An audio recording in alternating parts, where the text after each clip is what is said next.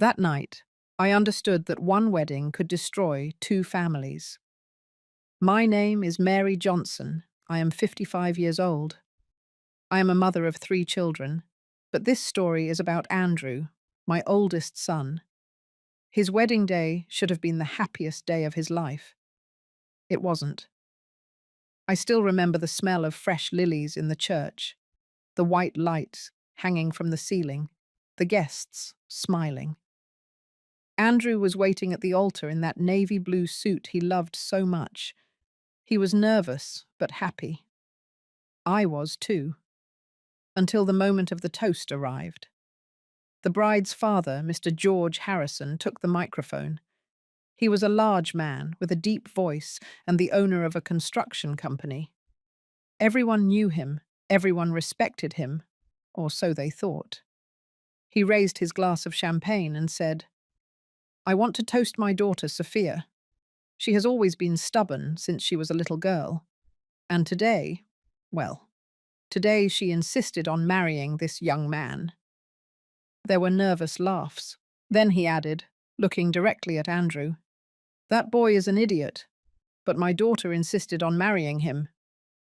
The ballroom erupted in laughter, but I saw my son's face. He turned pale. His hands trembled. He looked down. I felt my legs stop holding me up. No one else seemed to notice. Everyone was laughing. Everyone was toasting, as if humiliating a man at his own wedding was funny. I clenched my napkin in my hands, took a deep breath, and in that moment I knew something.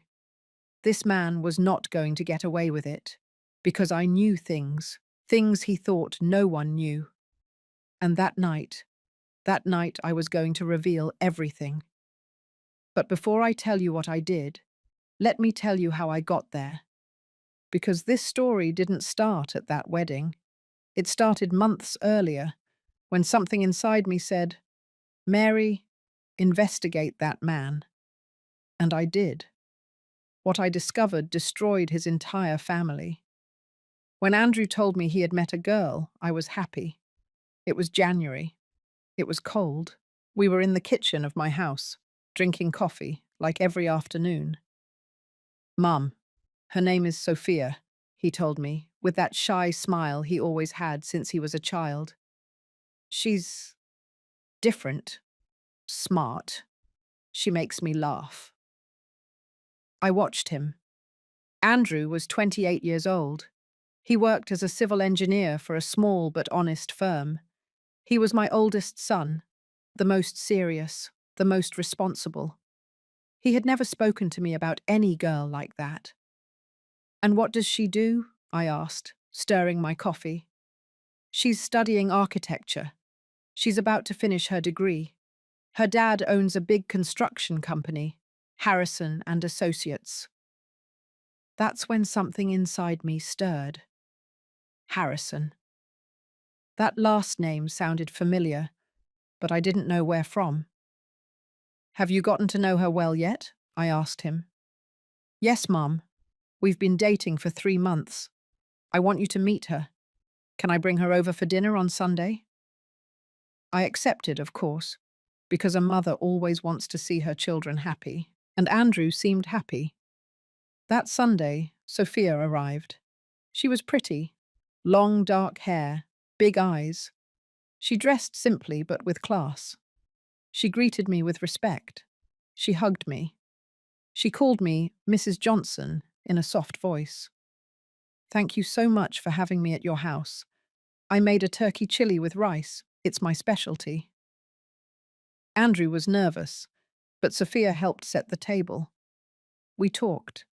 She told me about her career, about her dreams.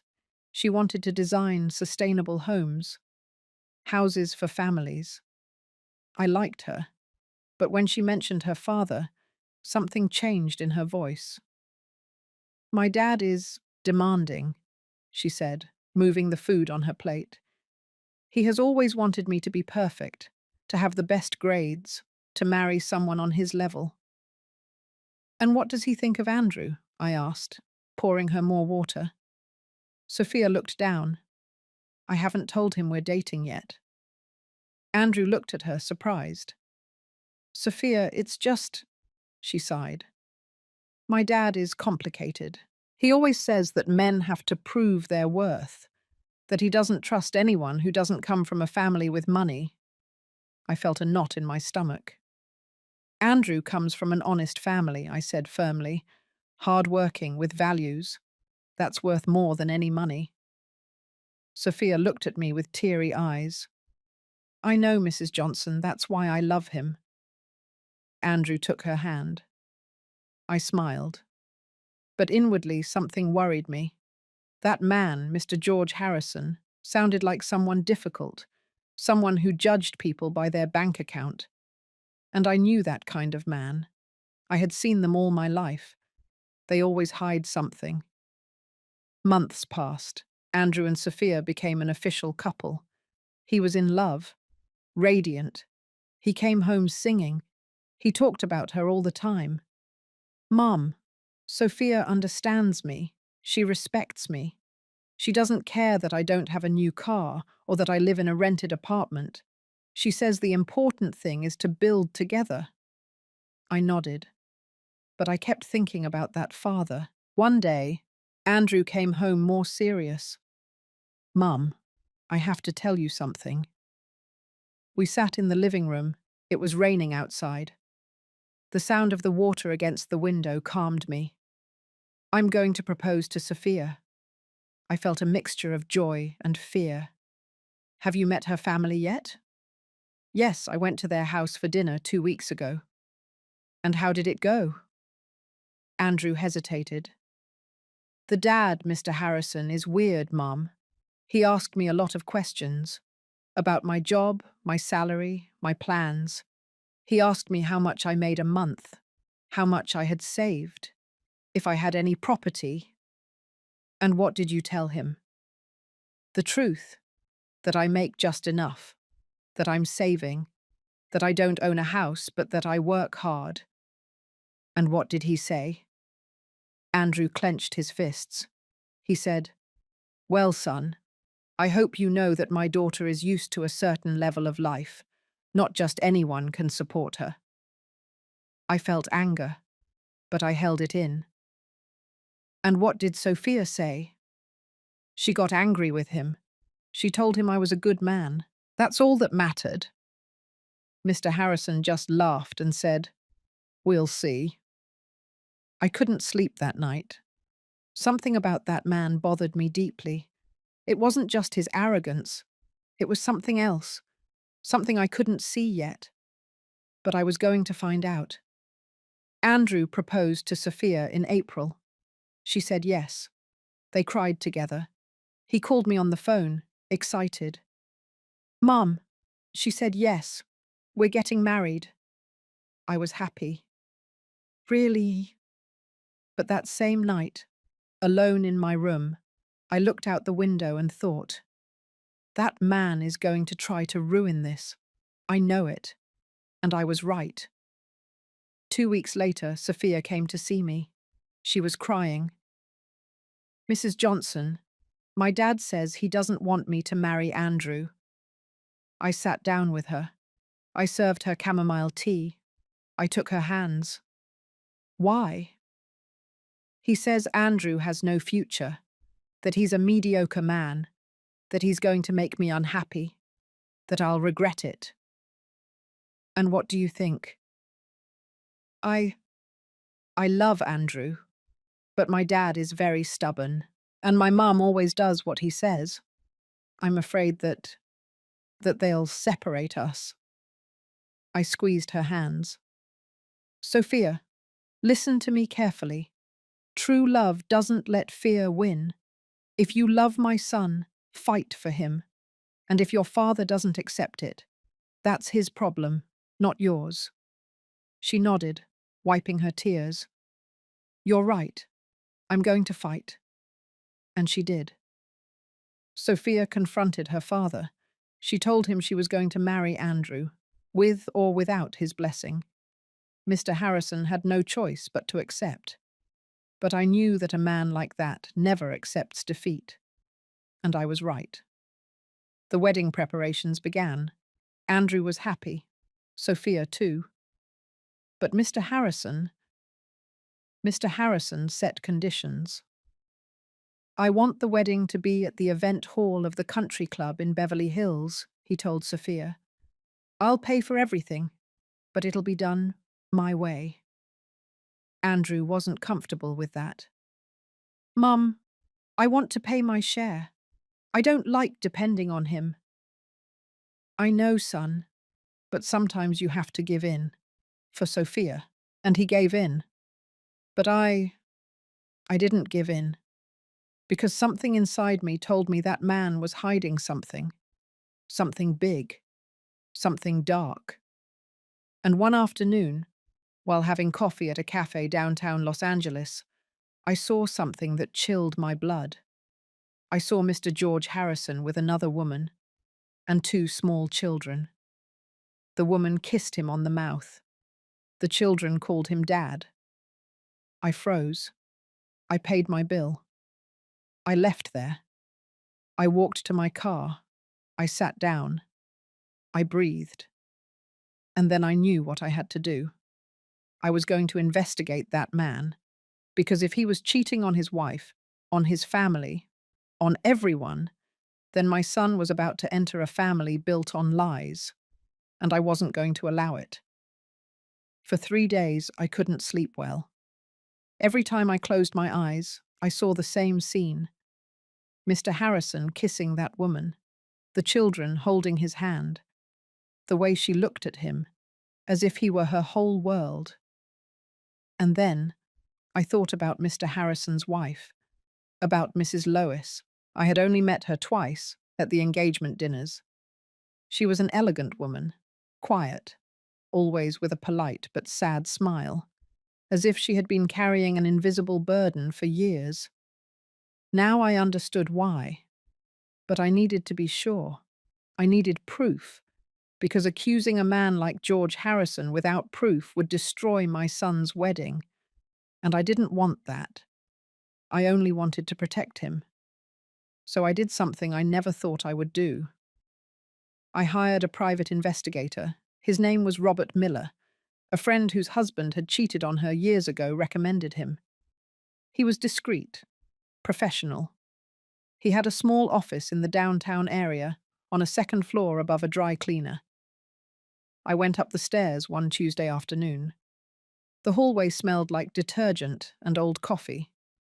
I knocked on the door. A deep voice told me, "Come in." I entered. Robert was a man in his 50s, thin, with glasses and a short-sleeved shirt. He had an old computer on his desk and metal filing cabinets against the wall. "Sit down, Mom. How can I help you?" I sat down. I took a deep breath. And I told him everything. I told him my son was getting married, that the bride's father was a powerful, arrogant man, that I had seen him with another woman and 2 children, that I needed to know the truth. Robert took notes. He didn't judge me. He didn't ask unnecessary questions. "Do you have photos of the man?" I showed him a photo I had found online. Mr. Harrison at a groundbreaking ceremony, with his politician's smile. "Do you know where you saw him with the other woman?" "At a cafe downtown, near the city hall. It's called the Southern Star." "Do you remember the day and time?" "Last Friday, around 4 o'clock in the afternoon." Robert nodded. "I need 1 week. I'm going to follow him. I'll find out everything I can. If he has another family, I'll prove it. If there's more, that too." "More?" "Ma'am, a man who cheats like that, so openly, usually has more secrets. Financial problems, debts, shady deals. I'm going to check everything." I felt a chill. "How much do you charge?" $5,000 per week, plus expenses. It wasn't cheap, but I paid it, because my son's peace of mind was priceless. That week was one of the most difficult of my life. Andrew came home every day, excited about the wedding plans. He showed me photos of the venue, the menu, the flowers. Sophia and he had chosen white roses. Their song would be, "It Had to Be You." "Mum, we're going to dance to that song together, okay? You and me, like when I was a kid." I smiled, nodded, but inside I was dying of anguish. What if what Robert discovered destroyed everything? What if Sophia suffered because of her father? What if Andrew hated me for interfering? But then I remembered that phrase, that darned phrase that Mr. Harrison had said to my son. "I hope you know that my daughter is used to a certain level of life. Not just anyone can support her." And my anguish turned into rage. That man had humiliated Andrew from the beginning. He had treated him as if he were less, as if he didn't deserve Sophia. Well, if I was going to discover something, it wasn't going to be to destroy the wedding. It was going to be to protect my son from a family of lies. On Friday of that week, Robert called me. "Mrs. Johnson, I need you to come to my office. I have information." I arrived in less than an hour. I almost ran up the stairs. I entered without knocking. Robert was sitting in front of his computer. He looked at me seriously. "Sit down." I sat down. My hands were trembling. "What did you find?" Robert turned the screen toward me. "Mr. George Harrison has two families." I felt the air escape my chest. On the screen there were photos.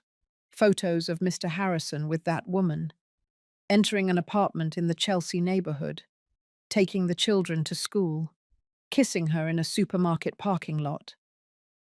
"Who is she?" I asked, my voice trembling.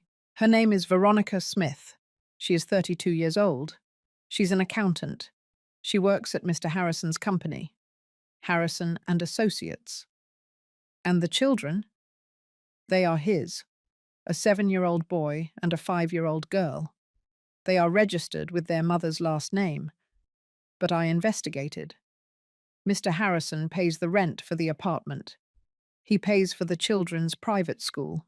He buys them clothes, toys, everything." "With what money?" Robert looked at me intently. "With company money." I felt the world stop. "What?" Robert took out a folder. He opened it. Inside there were documents, bank statements, bank transfers. "Mr. Harrison has been diverting money from the company for years. He makes transfers to personal accounts. He uses corporate credit cards for personal expenses. He pays for trips, hotels, expensive restaurants, all with money from Harrison and Associates." "And the company?" Robert sighed. "It's in serious trouble. It has debts with suppliers, labor lawsuits, 3 unfinished projects, and there are 2 criminal lawsuits against him for fraud." I put my hands to my face. "My Gott!" "That's not all," Robert said. "What else?" "Mr. Harrison has personal debts, 2 maxed-out credit cards, a bank loan for more than $2 million, and he owes taxes to the IRS from 3 years ago." "How much does he owe in total?" Robert checked his notes. "Approximately $12 million." My breath caught. $12 million? "Yes, and according to my sources, the company is about to go bankrupt. It has 6 months, maybe a year. After that, total bankruptcy." I remained silent, looking at those documents, those photos, that dark truth. Mr. George Harrison was not the successful man everyone believed. He was a liar, a thief, a fraud, and my son was about to marry his daughter. Robert gave me copies of everything. Photos, documents, transfer receipts, expense records. Everything was there. "What are you going to do with this?" he asked me. "I don't know," I replied, my voice broken. "I need to think." "Ma'am, I'll tell you something. You hired me to find the truth. And the truth is ugly, but now that you have it, you have to decide what to do with it. I know. If you tell your son before the wedding, maybe he'll call everything off. And maybe that's best. But it could also destroy his relationship with Sophia. I know. If you don't say anything, your son will enter a corrupt family. And when everything explodes, because it will explode, he'll be caught in the middle. I closed my eyes. What if I tell Mr. Harrison? Robert shook his head. A man like that won't accept being discovered. He'll deny everything. He'll threaten you. He'll try to destroy you. So what do I do? Robert leaned back in his chair. Wait. Watch. And when the right time comes, act. I left that office with a folder full of secrets. I walked aimlessly through the downtown streets. The sun was hiding behind the buildings. The lights of the food stands were turning on. People walked quickly, in a hurry to get home. I walked slowly, carrying a heavy burden. I thought about Andrew, about his smile, about his excitement. I thought about Sophia, about her innocence. She wasn't to blame for having a father like that. I thought about Mrs. Lois, about her silent sadness. Maybe she knew. Maybe she had been silent for years. And I thought about Mr. Harrison, about his arrogance, his hypocrisy, his cruelty. And I decided something.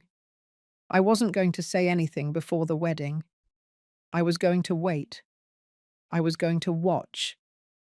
And if Mr. Harrison dared to humiliate my son again, then I was going to destroy him, with the truth. I arrived home when it was already dark. I put the folder in the back of my closet, under some old blankets. I sat on the bed. I looked out the window. The city lights blinked like distant stars, and I took a deep breath, because I knew that what was coming was going to change everything. The following weeks were a silent torture. Every time I saw Andrew, I smiled. Every time Sophia came to visit me, I hugged her. Every time someone mentioned the wedding, I nodded enthusiastically. But inside, I carried that secret like a stone in my chest. I slept poorly. I ate little. I got up in the early hours of the morning and sat in the kitchen, looking at that folder I had hidden in my closet. Sometimes I took it out.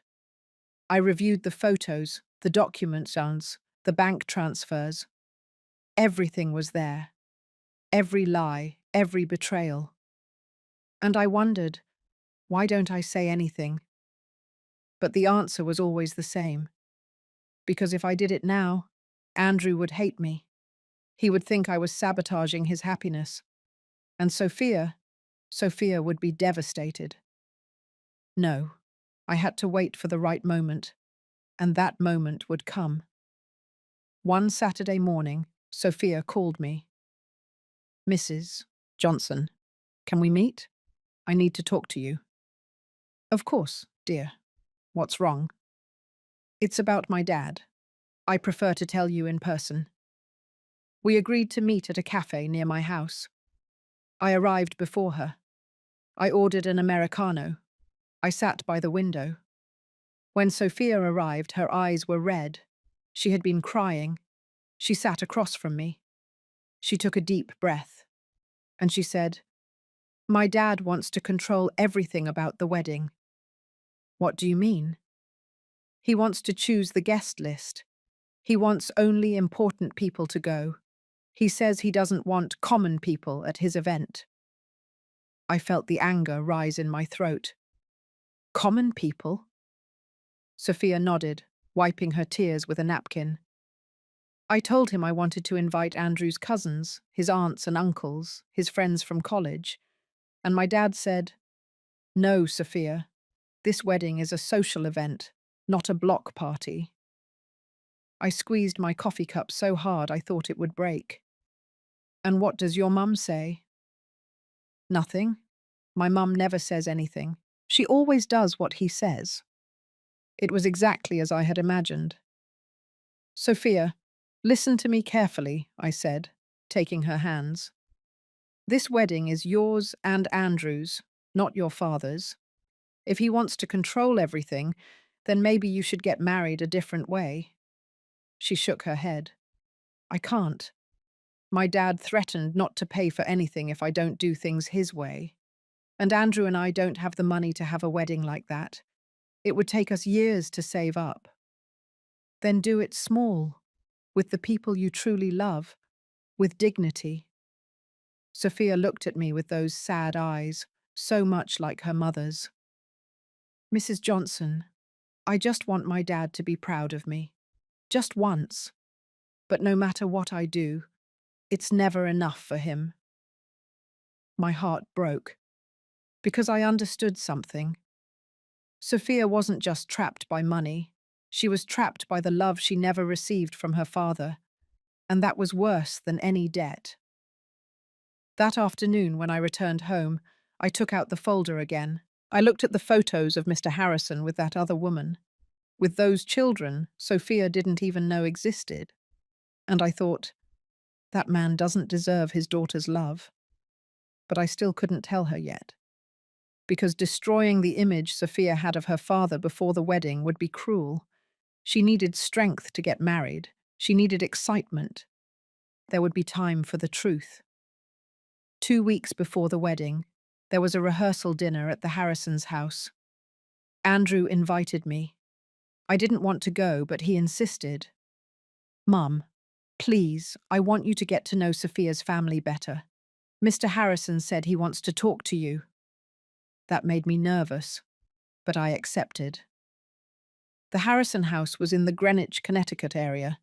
It was huge, 3 stories, a garden with a fountain, a 4-car garage. When I arrived, an employee opened the door for me. Good evening, ma'am. Please come in. I went in. The floor was marble. The walls had huge paintings. Everything smelled like money. But I knew the truth. All of that was built on lies. Mrs. Lois greeted me in the living room. She was an elegant woman, about 55, with perfectly styled hair and a beige dress. Mrs. Johnson, how nice to see you. Please come in. She greeted me with a kiss on the cheek. Her perfume was expensive, but her gaze was empty. Thank you for the invitation, I said. It's a pleasure. Sophia speaks very highly of you. We sat down. There were canapes, red wine, imported cheeses, all served by employees who moved silently. Andrew was sitting next to Sophia, holding her hand. She was smiling, but she looked tense. And then Mr. Harrison appeared. He entered with the same arrogance as always. Dark suit, gold watch, salesman's smile. Mrs. Johnson, how nice to have you in our home. I stood up. He extended his hand to me. I shook it firmly. Thank you for having me. Sit down, sit down. We'll have dinner in a few minutes, but first I want to toast. Mr. Harrison took a glass of wine. Harrison took a tea. Everyone imitated him. I want to toast my daughter Sophia, he said, looking at her. She has always been my pride. Smart, beautiful, well-educated, and now she's about to get married. He paused. He looked at Andrew. To a hard-working, humble boy from a good family. The word humble sounded like an insult. Andrew looked down. I clenched my glass. Mr. Harrison continued. I hope this marriage is the start of something big, because in this family we value effort, hard work, ambition. He looked directly into my eyes. Don't you think so, Mrs. Johnson? I held his gaze. I believe that in this life, the most valuable thing is honesty. There was an uncomfortable silence. Mr. Harrison smiled, but his eyes were cold. Of course. Honesty. How important. We toasted, but I knew I had just given him a warning, and he knew it too. During dinner, Mr. Harrison talked non-stop about his businesses, his contacts, the projects he had built, the politicians he knew. "I have a new project," he said, cutting his steak. "A residential development in Dallas. 500 houses. It's going to be my biggest work." Mrs. Lois smiled weakly. "That's good, dear. But I thought, with what money, if you're broke?" Andrew listened attentively. Sophia ate in silence. And I just watched. I watched how easily Mr. Harrison lied, how his wife pretended everything was fine, how Sophia swallowed her sadness with every bite. That entire family lived a lie, and I was about to destroy it. But not yet. Not yet. At the end of dinner, Mr. Harrison asked to speak to me alone. "Mrs. Johnson, will you join me in my study?" I nodded. I followed him down a long hallway to a room with wooden shelves, books he had never read, and a huge desk. He closed the door. "Sit down." I sat down. He remained standing, looking down at me. "I want to talk to you about Andrew." "I'm listening." "He's a good boy, hard-working, respectful. But—" He paused. "He has no future." I felt my blood boil. "Excuse me?" "He has no future," he repeated. "He earns little. He has no property. He has no great ambitions. And my daughter deserves more." I stood up. "My son has something you will never understand. He has values. He has dignity. He has true love." Mr. Harrison laughed. "Love doesn't pay the bills." "No, but honesty brings peace." He approached me. His voice turned cold. "Look, I'm going to be clear. I paid for this wedding. I pay for everything. And when they get married, Sophia is going to keep depending on me. Because your son can't support her. So you better understand who's in charge here." I looked at him intently. I understand perfectly who thinks they are in charge. I left that study without saying anything else. I went down the stairs. Andrew saw me and approached. "Mum, are you okay?" "Yes, son. Just tired. Let's go." We said goodbye. We got into the car. Andrew drove in silence. When we arrived at my house, he told me, "Mum, I know Mr. Harrison is difficult, but I'm doing it for Sophia. She's worth it."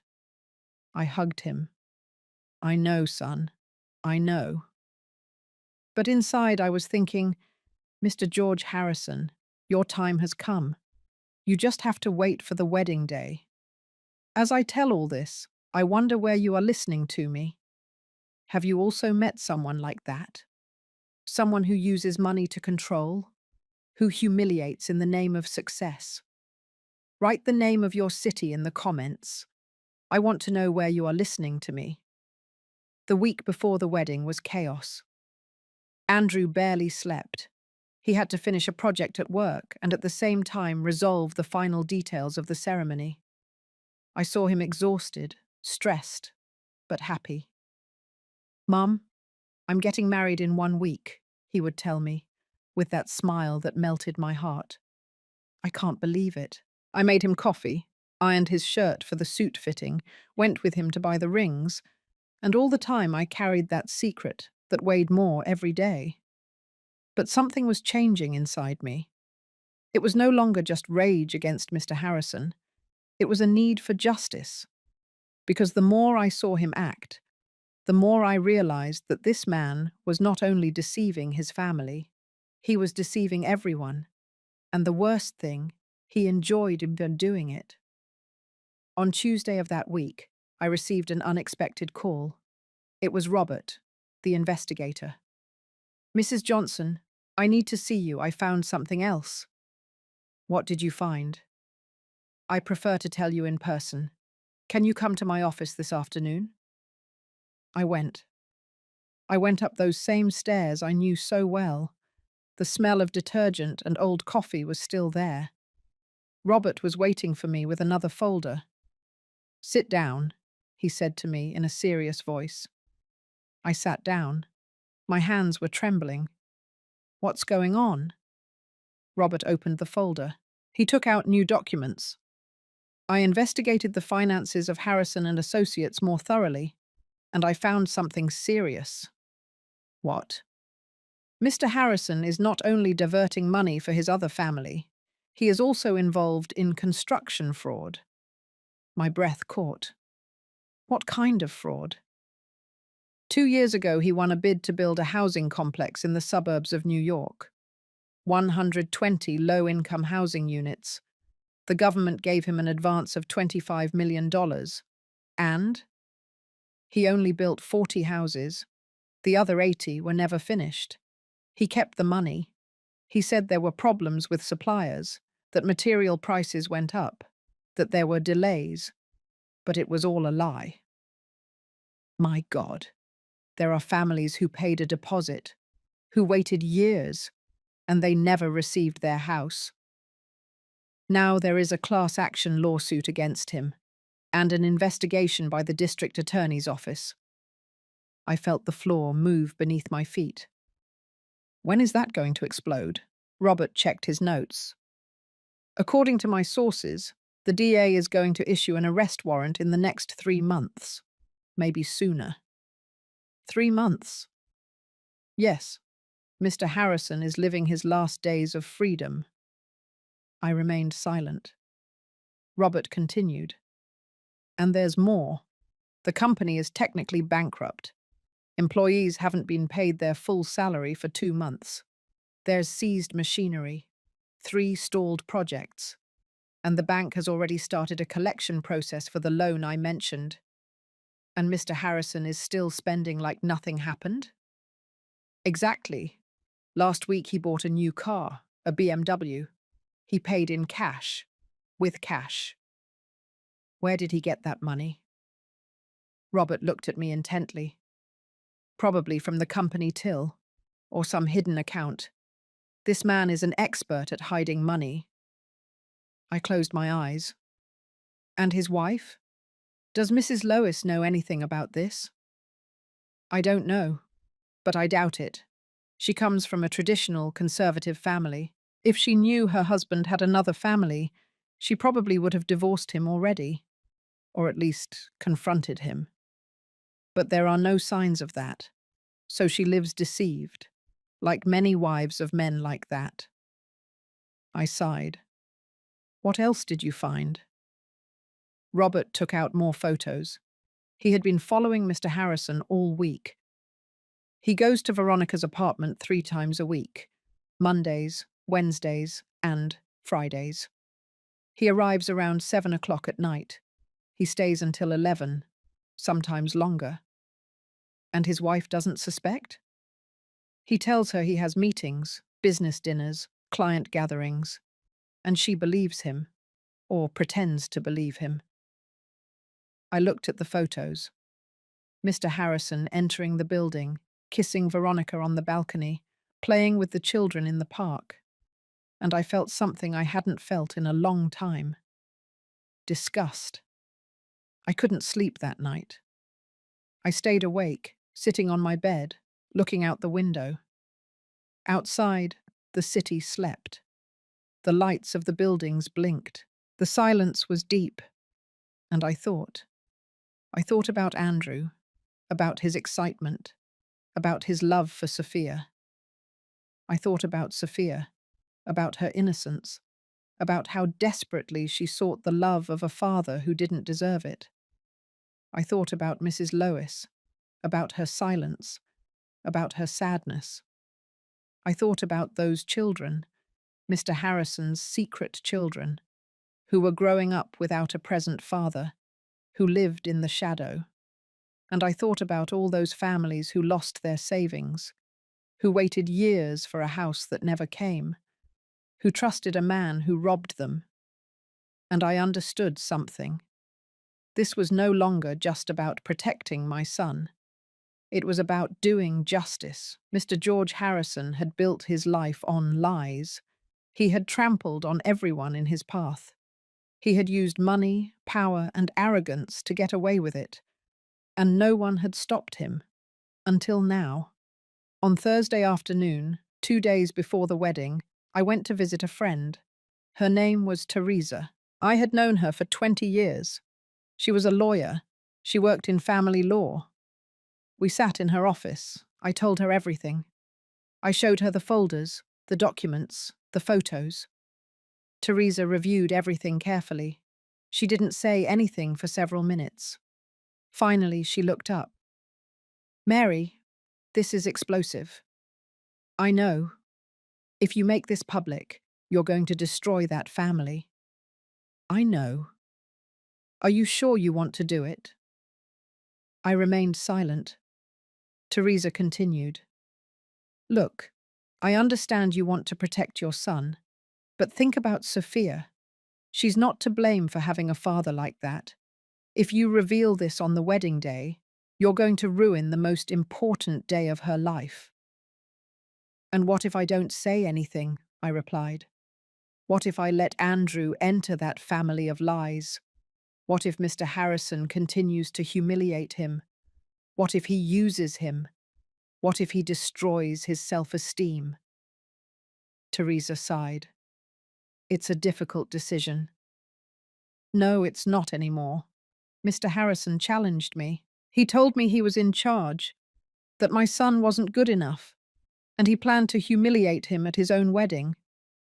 "How do you know that?" "I know. I know him. Men like him can't help it. They need to show their power. Always." Teresa nodded. "And what are you going to do?" "I'm going to wait. I'm going to that wedding. And if Mr. Harrison dares to humiliate my son again, then I'm going to reveal everything." "In public?" "In public." Teresa looked at me with concern. "Mary, that's going to be brutal." "I know. The consequences are going to be enormous." "I know. And are you willing to live with that?" I took a deep breath. "Yes, because the truth is always better than a lie, even if it hurts." Teresa was silent. Then she said, "Then you need to be prepared, because when you reveal that, Mr. Harrison is going to deny everything. He'll try to discredit you. He'll say you're crazy, that you're jealous, that you made it all up." That's why I brought proof. Proof helps, but it's not always enough. You need witnesses. You need someone else to confirm what you're saying. "Who?" Teresa thought for a moment. "Do you know anyone who works at Mr. Harrison's company?" I shook my head. "No." "Then you're going to have to trust that the evidence speaks for itself." I nodded. "It will." I left that office with absolute clarity. I knew what I had to do. I went to a print shop. I had copies made of all the documents, photos, bank statements, transfers, everything. I prepared 3 envelopes, one for Andrew, one for Sophia, one for Mrs. Lois. I put them in my purse, and I waited. On Friday night, the day before the wedding, Andrew came over for dinner at my house. He was nervous, but excited. "Mum, tomorrow's the day. I can't believe it's finally here." I served him chicken and mashed potatoes, his favorite since childhood. "Are you ready?" I asked him. "I think so." "Well, I'm nervous, but happy, very happy." "And Sophia?" "She is too, although she's a little stressed. Her dad still wants to control everything." I felt a knot in my stomach. What did he do now? Nothing serious. He just wants to give a long speech. He says he has important things to say. There it was. The confirmation I needed. Mr. Harrison was going to use that microphone to humiliate my son. I knew it, and I was going to be ready. That night, after Andrew left, I took out the 3 envelopes. I put them on the kitchen table. I looked at them for hours, and I asked myself, am I doing the right thing? But then I remembered everything. I remembered the families who lost their homes. I remembered those children who grew up without a father. I remembered Mrs. Lois living a lie. I remembered Sophia desperately seeking the love of a man incapable of giving it. And I remembered Andrew, my son, my boy, the good, honest, hard-working man that Monster had called an idiot. And I knew the answer. Yes, I was doing the right thing, because justice is not always comfortable, but it is always necessary. I went to sleep late that night, and I dreamed about the next day. I dreamed of Mr. Harrison taking that microphone. I dreamed of his arrogant smile. I dreamed of his poisonous words. And I dreamed of the moment I would get up and snatch that microphone from him. And I would tell the truth that would destroy his world of lies. And when I woke up, I knew that dream was going to come true, because the moment had arrived, the moment for justice. The wedding day dawned with a clear sky. It was Saturday. The sun shone over the city. It was warm, but there was a gentle breeze that moved my window curtains. I got up early. I hadn't slept well.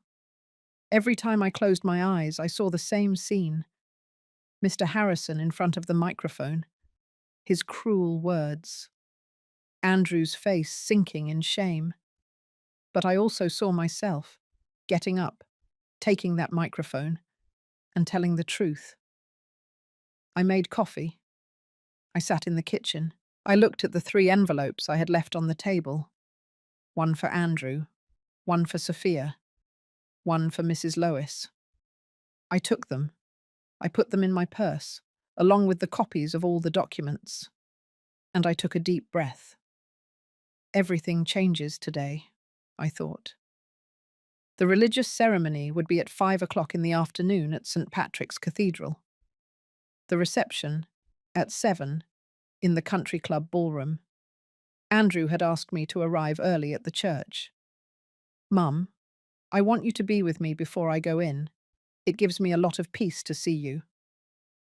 I arrived at 4. The church was decorated with white roses and ivory ribbons. It smelled of incense and fresh flowers. Everything was elegant, impeccable. Andrew was in a side room with his groomsmen. When he saw me, he smiled. Mum. I approached. I hugged him. He smelled like new cologne. He was nervous. His hands were trembling a little. How are you feeling? I asked him. Nervous, happy, scared, all at the same time. I took his hands. Andrew, I want you to know something. No matter what happens today, I will always be on your side. Always. He looked at me strangely. No matter what happens? Mum, are you okay? I smiled. Yes, son. I just wanted to tell you. I hugged him again, and I felt my heart break, because I knew that after today, nothing would ever be the same. The ceremony was beautiful. Sophia entered arm in arm with Mr. Harrison. She wore a white dress, simple but elegant. Her veil fell like a cascade of lace. She was radiant. Mr. Harrison walked with his chest puffed out with pride, as if he were giving away a trophy, not his daughter. When they reached the altar, Father Michael blessed the union. Andrew and Sophia exchanged vows. They looked at each other with true, genuine, pure love. And I, sitting in the 3rd row, cried. I cried with happiness for my son, and I cried with sadness, because I knew what was coming. The reception at the country club began exactly at 7 o'clock. The ballroom was huge. Round tables with white tablecloths, centerpieces with roses and candles, a dance floor in the center, a stage with a microphone and speakers. There were more than 200 guests. Business people, politicians, wealthy families, all dressed in expensive suits and designer dresses. And then there was us, my family, Andrew's cousins. his friends from college, his best man, who was an electrician, his maid of honor, who worked at a stationery store. You could see the difference. Two worlds in the same room, but Andrew didn't seem to notice. He was happy, dancing with Sophia, laughing with his friends, hugging his aunts and uncles. I sat at a side table, watched everything, and waited. Dinner went smoothly. They served steak and potatoes, salad, mushroom soup. Everything was delicious. People ate, talked, laughed. And then the time for the toasts arrived. The MC took the microphone. Good evening, everyone. It is an honor to be here, celebrating the union of Andrew and Sophia. At this time, the bride's father, Mr. George Harrison, has a few words to share. My heart started beating faster. Mr. Harrison got up, walked towards the stage, took the microphone, smiled, and began to speak. Good evening, everyone. Thank you for joining us on this very special night. Applause. As a father, this is a bittersweet moment, because today I give away my daughter, my princess, my pride. He looked at Sophia. She smiled, with tears in her eyes. Then he looked at Andrew, and his expression changed. Sophia has always been very special, smart, beautiful, capable. She could have chosen anyone. Anyone. Pause. But she chose Andrew. Nervous laughter. And well, Andrew is a hard-working boy. I can't deny that. He comes from a humble but honest family. The word humble sounded like poison. When Sophia told me she wanted to marry him, I said, "Daughter, are you sure? This boy has nothing. He has no property. He has no business. He has no bright future." The ballroom fell silent. Andrew looked down. His face turned pale. Sophia took his hand, but she looked uncomfortable. Mr. Harrison continued. But Sophia insisted. And well, when a woman gets her heart set on something, there's no way to change her mind. More laughter, but this time, cruel. So today, on this very special day, I want to toast my daughter, to her bravery, to her stubbornness. He raised his glass. And I want to say something I already told my family in private. He looked directly at Andrew. That boy is an idiot, but my daughter insisted on marrying him. The ballroom erupted in laughter. Some guests applauded, others looked uncomfortable. But I felt something inside me break. I looked at Andrew. His eyes were glassy, his hands clenched into fists, his jaw tense.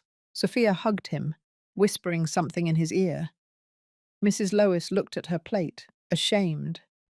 And Mr. Harrison was still smiling, enjoying his moment of power. Then I got up. My legs were trembling, but I walked towards the stage. Everyone looked at me. Mr. Harrison saw me approaching. His smile faded. "Mrs. Johnson, what are you doing?" I didn't answer. I climbed onto the stage. I snatched the microphone from his hands. "Excuse me, Mr. Harrison, but now it's my turn to speak." The ballroom fell into absolute silence. I looked at all the guests, 200 people looking at me. I took a deep breath, and I spoke. "Good evening. My name is Mary Johnson. I am Andrew's mother." My voice was trembling, but it was firm. "A few minutes ago, Mr. Harrison called my son an idiot, in front of all of you, in front of his own daughter, on their wedding day." Silence. "And I want to say something. My son is not an idiot. My son is an honest man, hard-working, a man of integrity, a man who pays his debts, who keeps his word, who respects women, who loves with his whole heart." I looked at Mr. Harrison. "But you, Mr. Harrison, you don't know what it is to be a real man." His face turned red. How dare you? I dare because I have proof. I took the documents out of my purse. I held them up high. Over the past few weeks, I have investigated your life, and I found things that everyone here should know.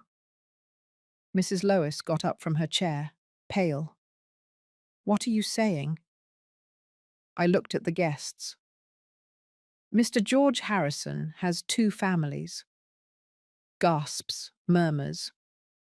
He has a wife here, Mrs. Lois, and he has another woman, Veronica Smith, with whom he has two children, a 7-year-old boy, a 5-year-old girl. Mrs. Lois put her hands to her mouth. Her eyes filled with tears. Mr. Harrison tried to snatch the microphone from me. That's a lie. She's crazy. I dodged him. A lie? I have photos. I have addresses. I have bank transfer receipts. I showed the photos. People stood up to see.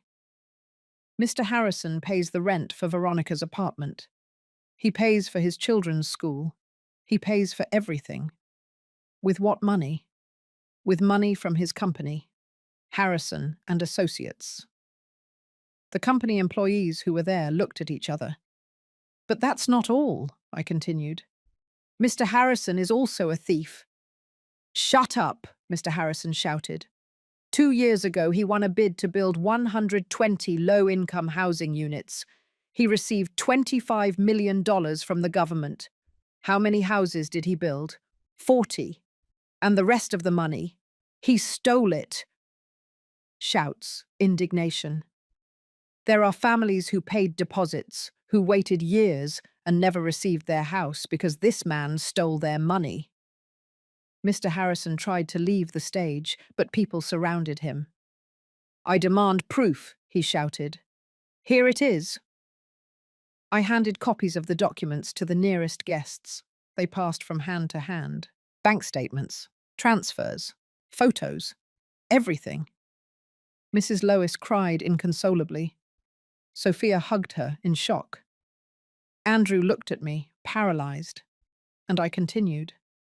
The company Harrison and Associates is bankrupt. It owes more than $12 million. There are foreclosures, lawsuits, and an investigation by the district attorney's office. A murmur went through the ballroom.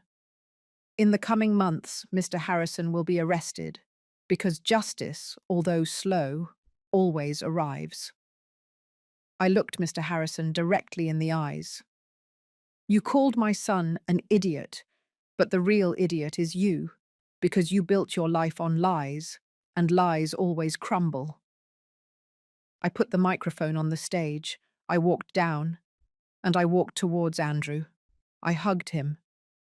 I'm sorry, son, but I couldn't let him humiliate you again. Andrew hugged me back, crying. Mum, is all that true? Yes, son, all of it. The ballroom became chaos. People talked, shouted, left. Mr. Harrison tried to defend himself, but no one believed him. Mrs. Lois left with her sisters. Sophia ran after her. Andrew stood, in the middle of the empty ballroom, watching everything fall apart. And I knew I had done the right thing, even if it hurt, even if everything had been destroyed, because the truth is always better than a lie. Always. I still wonder if I did the right thing. And you? What would you have done in my place? That night there was no party, no dancing, no music, no laughter. Only the echo of the truth bounced against the walls of the empty ballroom. The guests left one by one, some indignant, others embarrassed, still others, curious, checking their phones to confirm what they had just heard. The tables were half-eaten, the champagne glasses full, the white roses withering under the lights that no one turned off. And in the middle of all that silent chaos were we. Andrew, sitting in a chair, his head in his hands. Sophia, standing next to him, crying silently.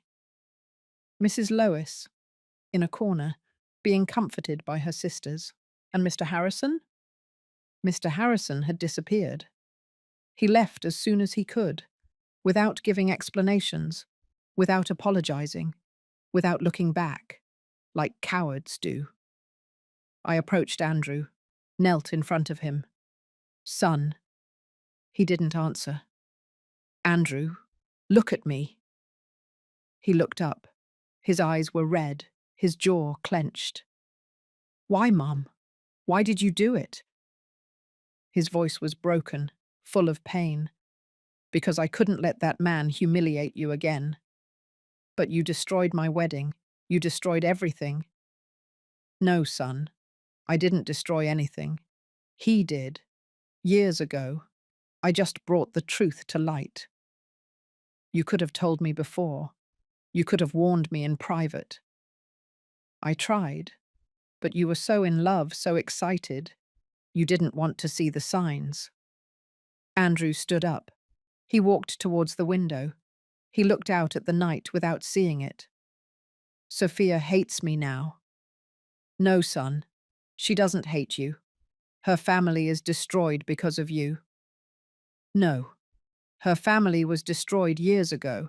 It's just that no one wanted to see it. Andrew turned to me. There was anger in his eyes. You had no right, Mum. You had no right to do that.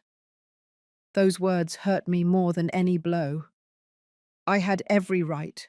I am your mother, and my job is to protect you, even if you don't understand it now. Protect me? You just embarrassed me in front of 200 people. No, Andrew. The one who embarrassed you was Mr. Harrison. I just defended your dignity. He was silent, breathing heavily. Then he said softly, I need to be alone. And he left the ballroom. I stood there, watching my son walk away, and I felt my heart break in two. Sophia approached me. Her makeup was smeared, her dress was wrinkled, her eyes were swollen from crying so much. Mrs. Johnson, I turned to her. Sophia, Is it true? She interrupted me. Is everything you said true? I looked her in the eyes. Yes, it's true. She put her hands to her face. Oh my God, I can't believe it. My dad has another family. He has other children.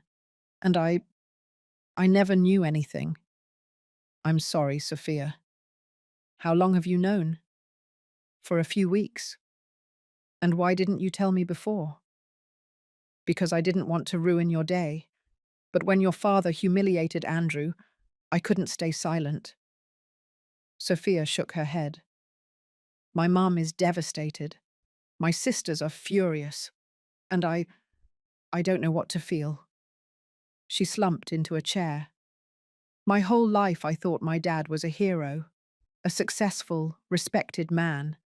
And it turns out he's a liar, a thief, a monster. I sat next to her. I took her hand. Your father is responsible for his own decisions. You are not to blame for anything. But I feel like I am. I feel like I should have seen the signs, the lies, the absences. You couldn't see them because you trusted him. And that's not your fault. That's what love does. It makes you blind. Sophia looked at me with those eyes full of pain.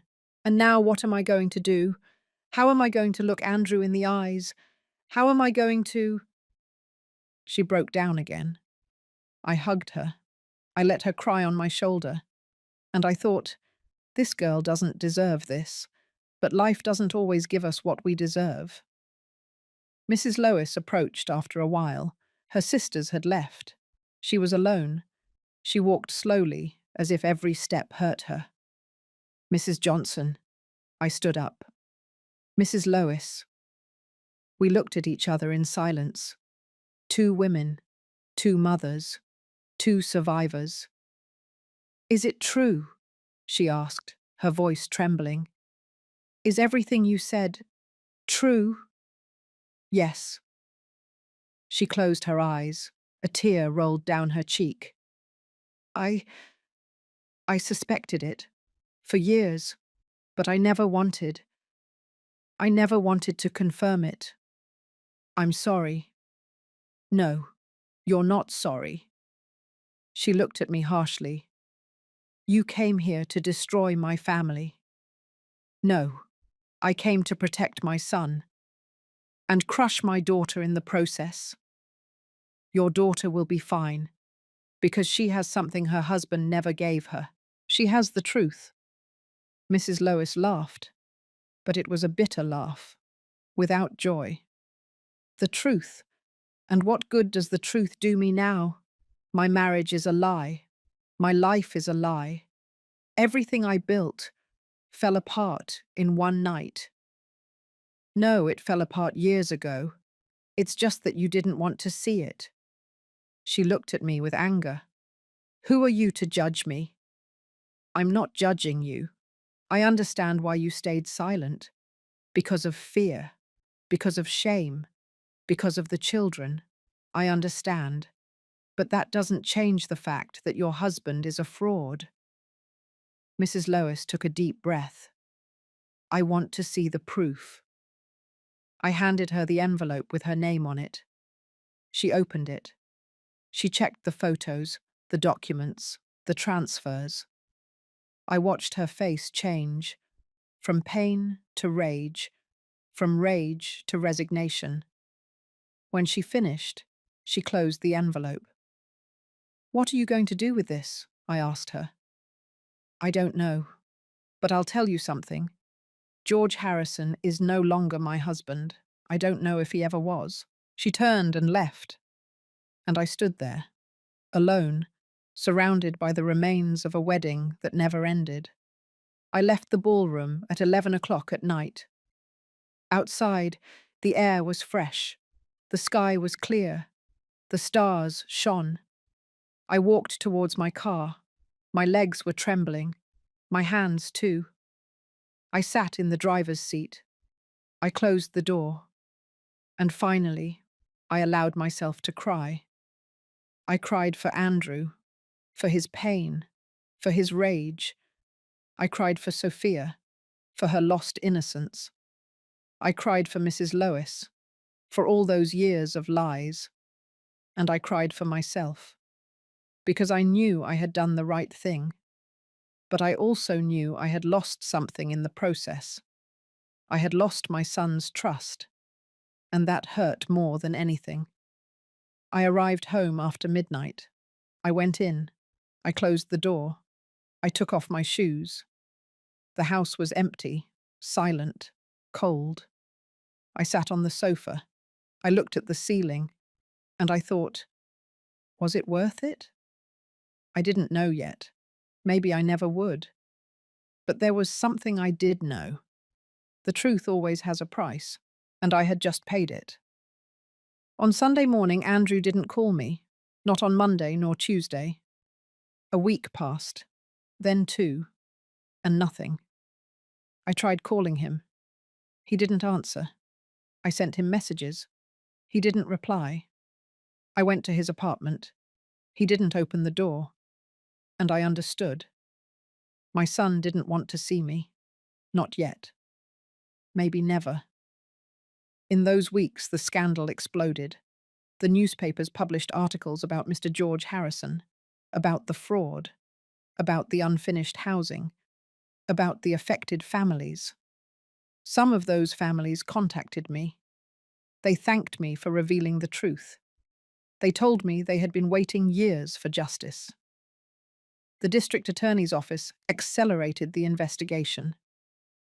2 months later, Mr. Harrison was arrested. I saw him on the news, handcuffed, walking towards a police car, with his head down. He was no longer the arrogant man from the wedding day. He was just a broken man, defeated. And I didn't feel satisfaction.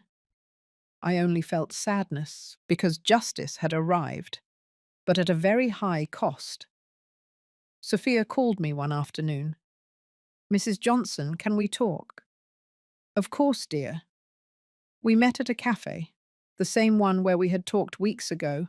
She looked tired, thinner, but also stronger. I want to thank you, she told me. Thank me? Yes, for telling the truth, even though it hurt, even though it destroyed my world. You did what no one else had the courage to do. How is your mum? She filed for divorce. She moved in with my grandmother. She's processing everything, but I think she'll be fine.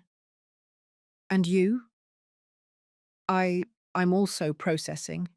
Discovering you have two siblings you never knew is strange, but I met Veronica and the children. Really? Yes, they're good kids. And Veronica, she didn't know my dad was married either. He told her he was divorced. I sighed.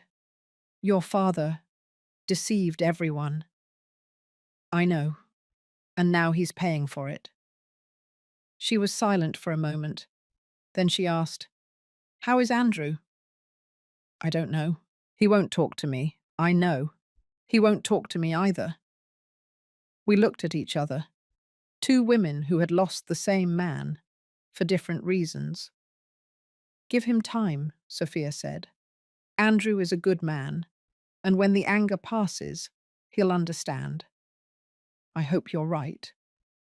I am, because if there's one thing I learned from all this, it's that the truth, even if it hurts, always makes us stronger. I smiled, for the first time in weeks. You are very wise, Sophia.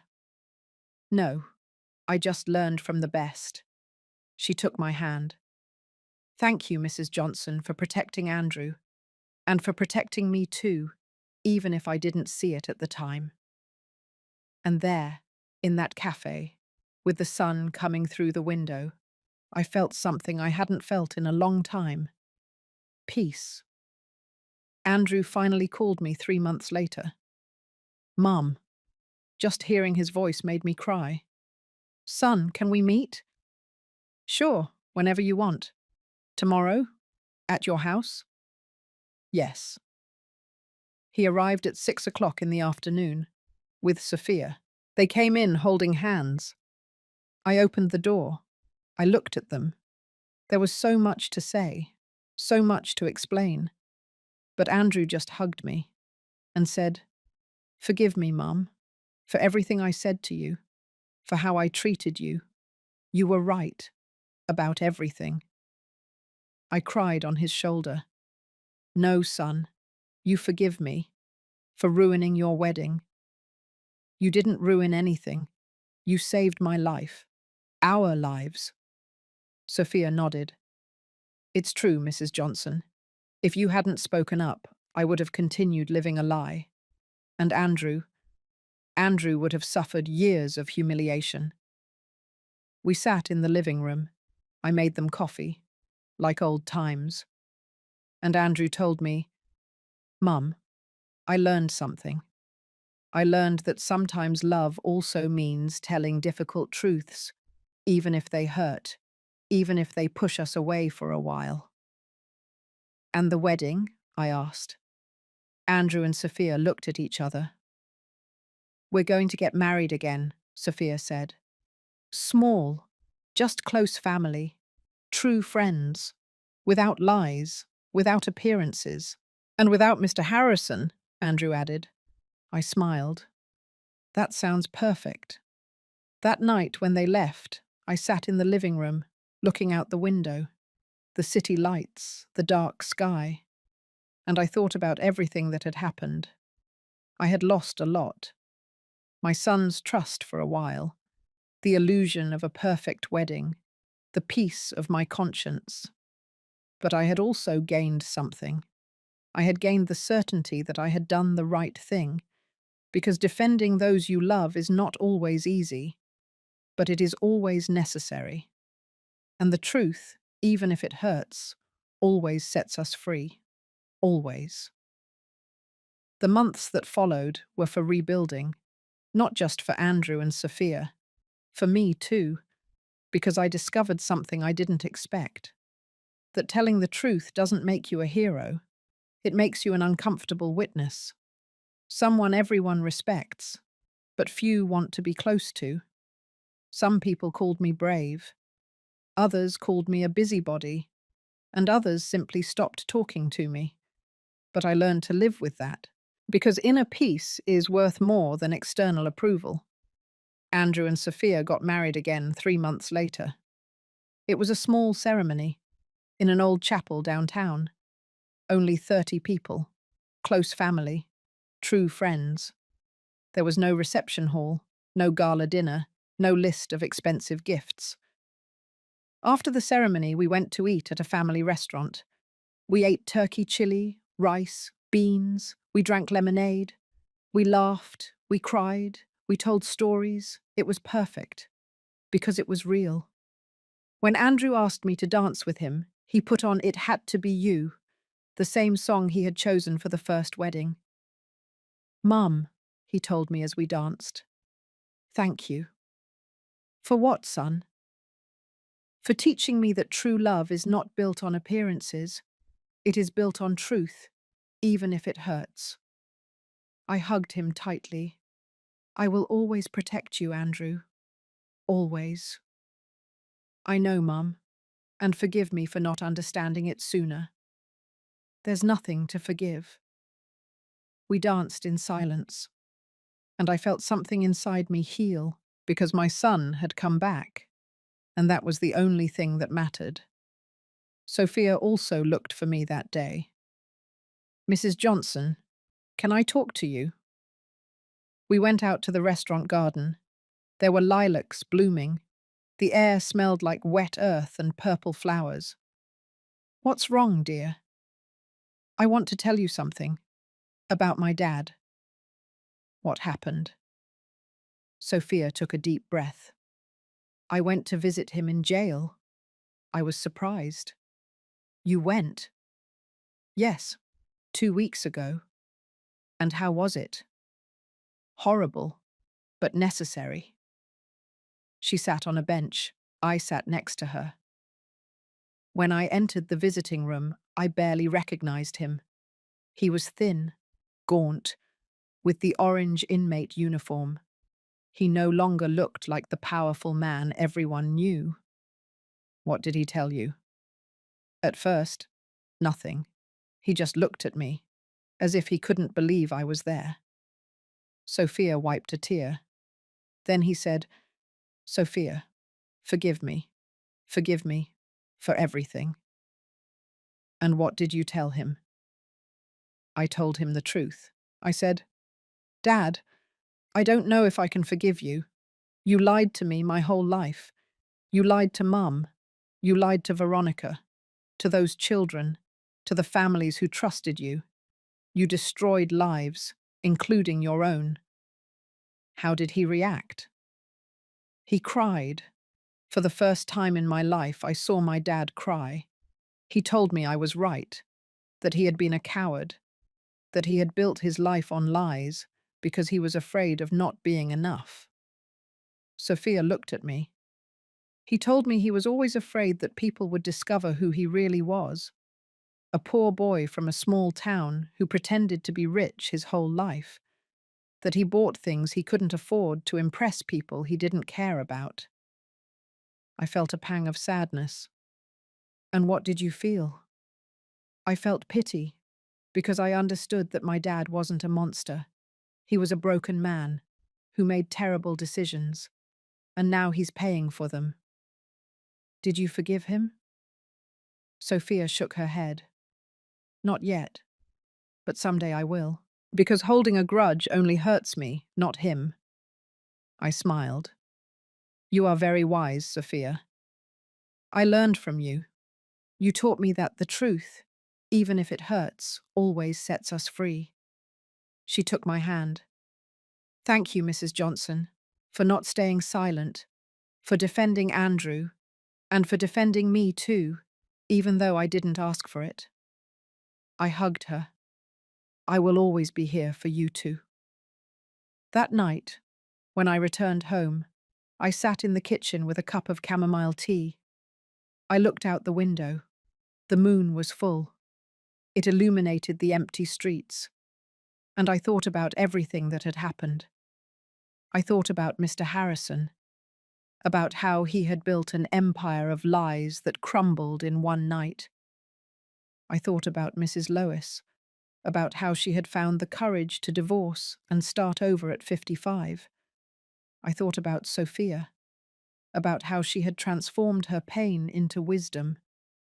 And I thought about Andrew, about how he had learned that true love doesn't need luxuries, it only needs truth. And then I understood something. Justice doesn't always come quickly, but it always comes. A few weeks later, I received a letter. It came from the district attorney's office. They asked me to testify as a witness in the case against Mr. George Harrison. I accepted. I went to the courthouse one Tuesday morning. It was an old building, with long hallways and grey walls. It smelled of old paper and reheated coffee. I sat in the waiting room. There were other people there. Some were families who had lost their savings because of Mr. Harrison. Others were company employees who hadn't been paid in months. An older woman approached me. "Are you Mary Johnson?" "Yes, I'm Martha Miller. My husband and I paid a deposit for a house 3 years ago. We never received it. We lost all our savings." I stood up. I hugged her. "I'm so sorry." "No, thank you. That man is paying for what he did. Thank you for having the courage to speak up." Other people approached. They thanked me. They told me their stories. And I understood that what I had done had not only protected my son, it had given a voice to all those people who had been silenced. When it was my turn to testify, I entered the room. There was a judge, a prosecutor, defense attorneys, and Mr. Harrison. He was sitting at a table, handcuffed. He looked at me when I entered, but there was no longer any arrogance in his eyes, only defeat. The prosecutor asked me questions. I told him everything: how I had discovered the truth, how I had hired an investigator, how I had found the proof. I presented the documents, the photos, the transfers. Everything was recorded, documented, undeniable. When I finished, the judge thanked me. "Mrs. Johnson, your testimony has been valuable. Thank you for your cooperation." I left that room with the certainty that I had done the right thing, not only as a mother, but as a citizen. 2 months later, Mr. Harrison was sentenced. 12 years in prison for fraud and embezzlement. I didn't go to the hearing, but Sophia called me to tell me. "He's in jail, Mrs. Johnson. He's going to be there for a long time." How do you feel? Sad, but also relieved, because finally there was justice. And your mum? She's fine. She started working. She opened a small craft store. She says that for the first time in her life, she feels like she is the owner of her own destiny. I smiled. I'm happy for her. And is there anything else? Sophia said, "What?" Veronica also left my dad. She moved to Florida with her children. She started over. And last week she wrote to me. She said she was very sorry for everything that happened, that she didn't know the whole truth either. And what did you tell her? That it wasn't her fault, that my dad deceived all of us, and that I hope someday we can meet, because those children are my siblings, and they deserve to have family. I was speechless. Sophia, you're incredible. No, I just learned that life is too short to hold grudges, and that true family is not the one that shares blood, it's the one that shares truth. That night, I took out a shoebox I kept in my closet. Inside, there were old photos of when Andrew was a child, of when he played in the park, of when he graduated from college. I looked at those photos, and I thought about everything we had lived through. I thought about the nights when we didn't have enough money to pay the rent, about the times we ate beans because there wasn't enough money for meat, about the times Andrew asked me, "Mum, why don't we have a car like the other kids?" And I told him, "Because the important thing is not what you have, son, it's what you are." I closed the box, because I understood that everything I had done, all the difficult decisions I had made, all the nights I had cried alone, had been worth it. Because my son was a good man, honest, hard-working, a man of integrity, and that was more valuable than any fortune. One Sunday afternoon, Andrew and Sophia came to visit me. They brought news. "Mum, we have something to tell you," Andrew said, with a huge smile. "What is it?" Sophia touched her belly. "I'm going to be a grandma," I said with tears in my eyes. "Yes?" Andrew shouted, hugging me. "You're going to be a grandma?" I cried with happiness, because after so much darkness, finally there was light. After so much pain, finally there was hope. And after so much truth, finally there was peace.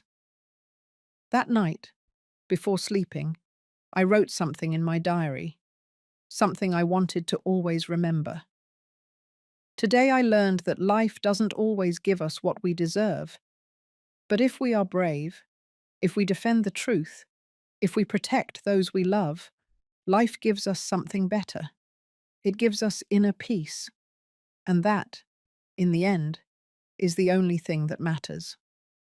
I closed the diary, I turned off the light, and I slept peacefully, for the first time in months. Months passed. Sophia's belly grew. Andrew was excited. He painted the baby's room blue. He bought a crib. He read books about fatherhood. And I knitted baby clothes. I prepared blankets. I imagined what it would be like to have a grandchild. One day, Sophia called me. "Mrs. Johnson, I want to ask you something. Tell me, dear, when the baby is born, could you be at the birth? Since my mum will also be there, I thought it would be nice for both grandmas to be together." My eyes filled with tears.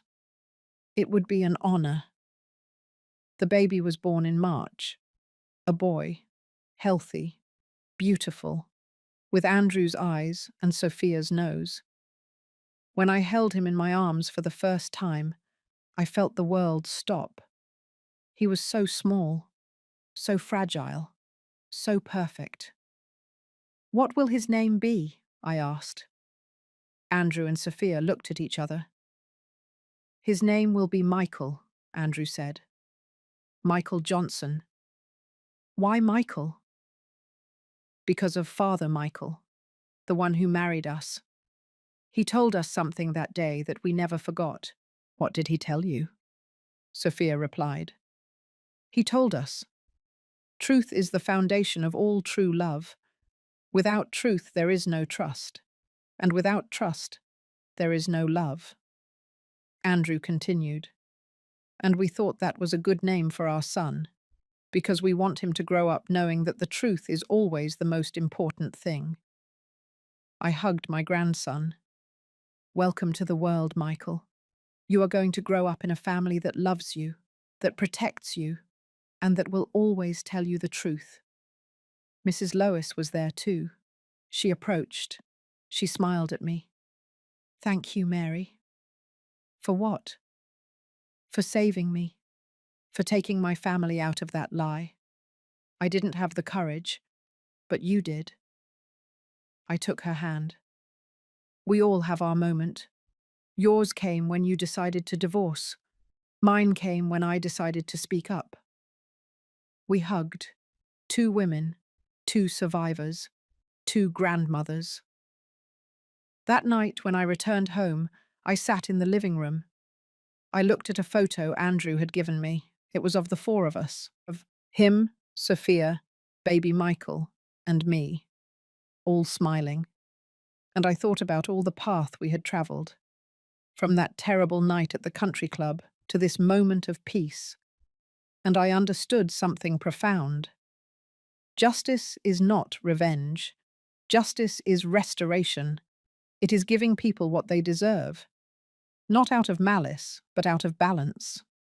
Mr. Harrison deserved to pay for his lies. Mrs. Lois deserved to live in truth. Sophia deserved to know her father as he was. And Andrew deserved to be defended. That was justice, and I had been the instrument of that justice. Not because I was special, but because I decided not to stay silent. A few weeks later, I ran into one of the families affected by Mr. Harrison. It was at the grocery store. A woman recognized me. "You're Mary Johnson, right?" "Yes." "I want to thank you for speaking up, for defending the truth. Thanks to you, we recovered some of our money. Not all of it, but some. I'm so happy." You know, I also kept silent for years. My husband was cheating on me, and I didn't say anything because I was afraid. Afraid of being alone. Afraid of not being able to support my children. I understand. But when I saw what you did, when I saw that you stood up and told the truth, even if it cost you, it gave me courage, and I confronted my husband, and I divorced him. She looked at me with tears in her eyes. Now I live alone, but I live in peace, and that is priceless. I hugged her. I'm so happy for you. Thank you for teaching me that it's never too late to tell the truth. That conversation stuck with me because I understood that what I had done had not only affected my family, it had inspired other women, other mothers, other survivors to raise their voices. And now, as I tell you this, as I remember every moment of that night that changed everything, I wonder if I would do the same again. And the answer is yes, 1,000 times yes. Because defending those you love is not optional, it is a duty. It is, and the truth, even if it hurts, is always better than a lie. 2 years passed since that night. 2 years since I took that microphone and told the truth. 2 years since Mr. George Harrison's world collapsed. And in those 2 years, I saw how life itself took care of doing justice, because I learned something. Karma is not revenge, it is balance. It is life giving back to each person what they sowed. And Mr. Harrison harvested exactly what he planted. One Saturday afternoon, while watching Michael at the park, I received a call from Sophia. "Mrs. Johnson, can you come over to my house? I need to talk to you." "Did something happen?" "Yes, but I prefer to tell you in person." I arrived at her house an hour later. Andrew was working. Sophia opened the door for me. She looked tired but calm. "What happened, dear?" We sat in the living room. She made lemon tea. "My dad sent me a letter from jail." "What did he tell you?" Sophia took the envelope out of her purse. It was a handwritten letter. The handwriting was shaky, as if he had written it with difficulty. "Can I read it to you?" "Of course." Sophia unfolded the letter, and she read, "Dear Sophia, I don't know if you'll read this. I don't know if you'll forgive me someday, but I need to write to you. I've been in this cell for 2 years. 2 years with a lot of time to think, to remember, to regret. There are no luxuries here, no power, no admiration, only silence. And in that silence, I was finally able to hear my own conscience. I was a bad husband, a bad father, a bad man. I lied to your mother for 30 years. I took her youth, her trust, her peace. I lied to you, my daughters. I made you believe that money was the most important thing, that success was measured in cars and big houses. And I lied to Veronica and my other children. I promised them a future I could never give them. But above all, I lied to myself. I convinced myself that I was a successful man, important, respected, when in reality I was just a coward, an imposter, an empty man who bought things to fill a void that was never filled. Today I woke up in my cell and saw myself in the mirror, and I didn't recognize the man who was there, thin, grey-haired, with deep wrinkles, with tired eyes. And I thought, is this what's left of George Harrison? The answer is yes, this is what's left. A broken man who lost everything. I lost my family, my company, my freedom, my dignity, and the worst, I lost my chance to be a good father. Sophia, I'm not asking you to forgive me. I don't deserve it. I just ask you to learn from my mistakes, not to make the same ones, to raise your son with love, with truth, with humility, and to know that even though I was a bad father, I always loved you, in my wrong way. But I loved you. I wish you the best, daughter. You, Andrew, and my grandson Michael. Your father, George. Sophia finished reading. She wiped her tears with the back of her hand. I was also crying. What are you going to do? I asked her. I don't know. Part of me wants to forgive him, but another part, still hurts. Forgiveness is not something that happens overnight. It is a path, and you decide when you are ready to walk it. Sophia nodded. What I do know is that I no longer hold a grudge against him, because a grudge only poisons me, not him. I hugged her.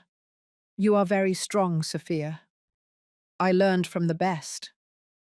A few months later, I ran into Martha Miller, the woman who had lost her savings because of Mr. Harrison. We were at the supermarket. She recognized me and approached. Mrs. Johnson, how are you? Good, Martha. And you? Better. Much better. Thanks to Mr. Harrison's sentence, we managed to recover some of the money. Not all of it, but some. I'm so happy. And there's something else. My husband and I bought a small plot of land in rural Pennsylvania. We are building our house ourselves, little by little. But it's ours. I smiled. How wonderful. Yes, and you know what the best part is? That we are building it with honesty, without deception, without lies. And that gives us peace. Honesty always brings peace. Martha took my hands. Thank you, Mrs. Johnson, for not staying silent, for defending us. You changed our lives. No, Martha, you changed your own lives. I just told the truth, but you had the courage to fight. We said goodbye with a hug, and I felt something inside me heal a little more. Another year passed. Michael turned 3. He was a cheerful, curious, smart boy. He looked so much like Andrew that sometimes my heart ached with love. Andrew had been promoted at work. He was now a project manager. He earned well. He wasn't rich, but he lived with dignity. Sophia had finished her master's degree in architecture. She worked designing eco-friendly houses. She was doing very well. And I was still the same, but calmer, more at peace. One day, Andrew came to visit me. Mum, do you remember Mr. Harrison? Of course. Why? Sophia told me he's very sick. He has diabetes, and since there's no good medical care in jail, he's getting worse. How serious? Serious. He lost a toe, and they say he might lose more. I felt a pang of sadness. And how is Sophia taking that? Badly. She wants to go see him, but she's afraid. Afraid of what? Afraid of feeling pity. Afraid of believing his lies again. Tell her to go, but tell her to go for herself, not for him. What do you mean? Tell her to go to close that chapter. to say what she needs to say, not to save him, because he has to live the consequences of his actions. Andrew nodded. You're right, Mum. As always. Sophia went to visit Mr. Harrison 2 weeks later. When she returned, she came to my house. She needed to talk. How was it? I asked her. Difficult. Very difficult. Tell me. We sat in the kitchen. I served her coffee, like always. When I entered the visiting room, I barely recognized him. He was in a wheelchair, thin, pale, with completely white hair. Her voice broke. He looked at me and said, Thank you for coming, daughter. I didn't think you would. And what did you say to him? I said, I came because I needed to close this. I needed to tell you how I feel. And how do you feel? Sophia took a deep breath. I told him, Dad, I'm angry with you because you lied to us, because you hurt us, because you chose money over us. But I'm also sad because you wasted so much time being someone you weren't. And now you're here, alone, sick, with nothing. What did he say? He cried. He asked for forgiveness. He told me he wished he could go back in time, that he would do everything differently. Did you believe him? Sophia shrugged. I don't know. Maybe. Maybe not. But it doesn't matter anymore. Because the past cannot be changed. You can only learn from it. Very true. Before leaving, I told him something else. What? I said, Dad, I hope you find peace. Really, but that peace has to come from you, not from me, not from Mum, not from anyone else. Only from you. I felt a lump in my throat. That was very wise, Sophia. Do you know what the last thing he told me was? What? He said, I once called Andrew an idiot, but the real idiot was always me, because I had everything that mattered and I lost it chasing things that were worth nothing. We remained silent, because those words said everything. Mr. Harrison died 6 months later. It was in the jail infirmary, alone, without family, without friends, just a guard who found him in the morning.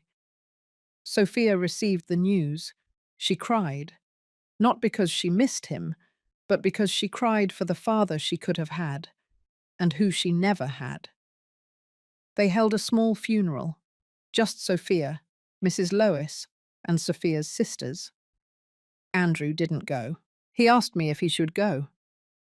It's your decision, son. But remember, respect is not for the dead. It is for the living. If you go, go for Sophia, not for him. Andrew decided not to go, and Sophia understood. After the funeral, Sophia called me. Mrs. Johnson, do you know what the saddest thing is? What? That at the funeral it was only us. All those people he called friends. All those business people and politicians. None of them came. They were never friends. They were only contacts. And contacts disappear when there is no longer power. You're right. My dad died alone. Without money. Without family. Without anything. Everything he built, life took away. That's karma, dear. It's not revenge. It's balance. Your father sowed lies, and he harvested loneliness. Sophia sighed. You know, Mrs. Johnson, a few years ago I would have said that my dad was a successful man, that he had everything. But now I understand that he had nothing, because the most important thing in life is not what you have. It's what you leave behind. And my dad didn't leave anything good. But you will leave something good. How do you know? Because you learned from his mistakes. because you are raising Michael with love, with truth, with values. And that is a legacy. One Sunday afternoon, the whole family came to eat at my house. Andrew, Sophia, Michael. Mrs. Lois also came. I made a big pot of chili, everyone's favourite. We ate, we laughed, we told stories, and at one point, Michael, who was now 4 years old, asked me, "Grandma, why did I never meet my other grandpa?" Everyone went silent. I looked at Sophia. She nodded, giving me permission to answer. I knelt in front of Michael. I looked him in the eyes. "Because your other grandpa made bad choices, my love, and bad choices have consequences." "What are consequences?" "They are what happens when you do something wrong. Life teaches you. So you learn." "And did he learn?" "Yes, he learned. But too late." Michael thought for a moment. "Then I'm going to do good things, so I have good consequences." We all smiled. "Exactly, my love. Exactly." I hugged him tight, and I thought, this child is going to change the world, because he grew up in truth. That night, after everyone left, I sat in my rocking chair. I looked at the photos on the wall, photos of Andrew as a child, of his wedding, the second one, the real one, of Michael on his birthdays, and I thought about all the road we had travelled, from that terrible night at the country club to this moment of peace, and I understood something profound. Karmic justice is not magic. It doesn't fall from the sky. It is the sum of our decisions. Mr. Harrison chose to lie. He chose to steal. He chose to betray. And life gave him back loneliness, sickness, death in a cell. I chose to tell the truth. I chose to defend my son. I chose dignity over appearance. And life gave me back peace, family, true love. That is justice. It is not revenge. It is balance. A few months later, Sophia invited me to a conference. A conference? About what? "It's about women entrepreneurs. I want you to come with me." "Why?" "Because you are my inspiration." We went. It was at a downtown hotel.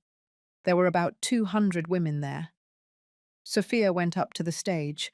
She was going to give a talk about her work as an architect. But when she took the microphone, she said something I didn't expect.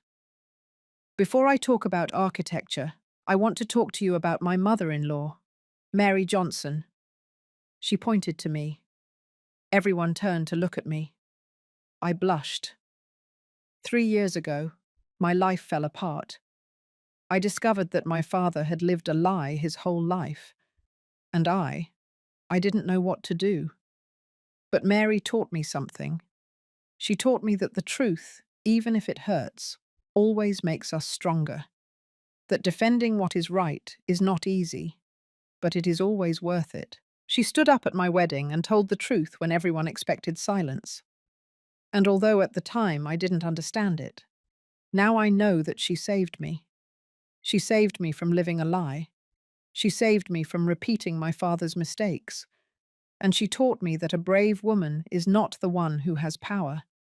It is the one who tells the truth, even if it costs her everything. The women applauded. Sophia came down from the stage. She hugged me. "Thank you, Mrs. Johnson, for being my example." I cried because I understood that what I had done had not only changed my life, it had changed the lives of many women. And now, 3 years after that night, I can say with certainty that life does do justice. Not always quickly, not always as we expect, but always. Mr. Harrison had power, he had money, he had admiration, but he died alone, without love, without peace, without a legacy. I never had power. I never had money. I never had admiration. But I have something much more valuable. I have my son. I have my daughter-in-law. I have my grandson. I have inner peace. And I have the certainty that I did the right thing. That, that is true justice. 5 years have passed since that night. 5 years since I took that microphone and changed the course of our lives. Today I am 60 years old. Andrew is 33. Michael is 5. And Sophia is pregnant again. This time it will be a girl. They are going to name her Mary. When they told me, I cried for hours.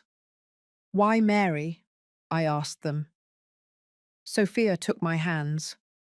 Because we want our daughter to grow up knowing that there was a woman in this family who had the courage to tell the truth, who stood up when everyone expected silence, who defended what was right, even if it cost her everything. We want her to be like you, Mrs. Johnson, strong, brave, honest. I didn't know what to say.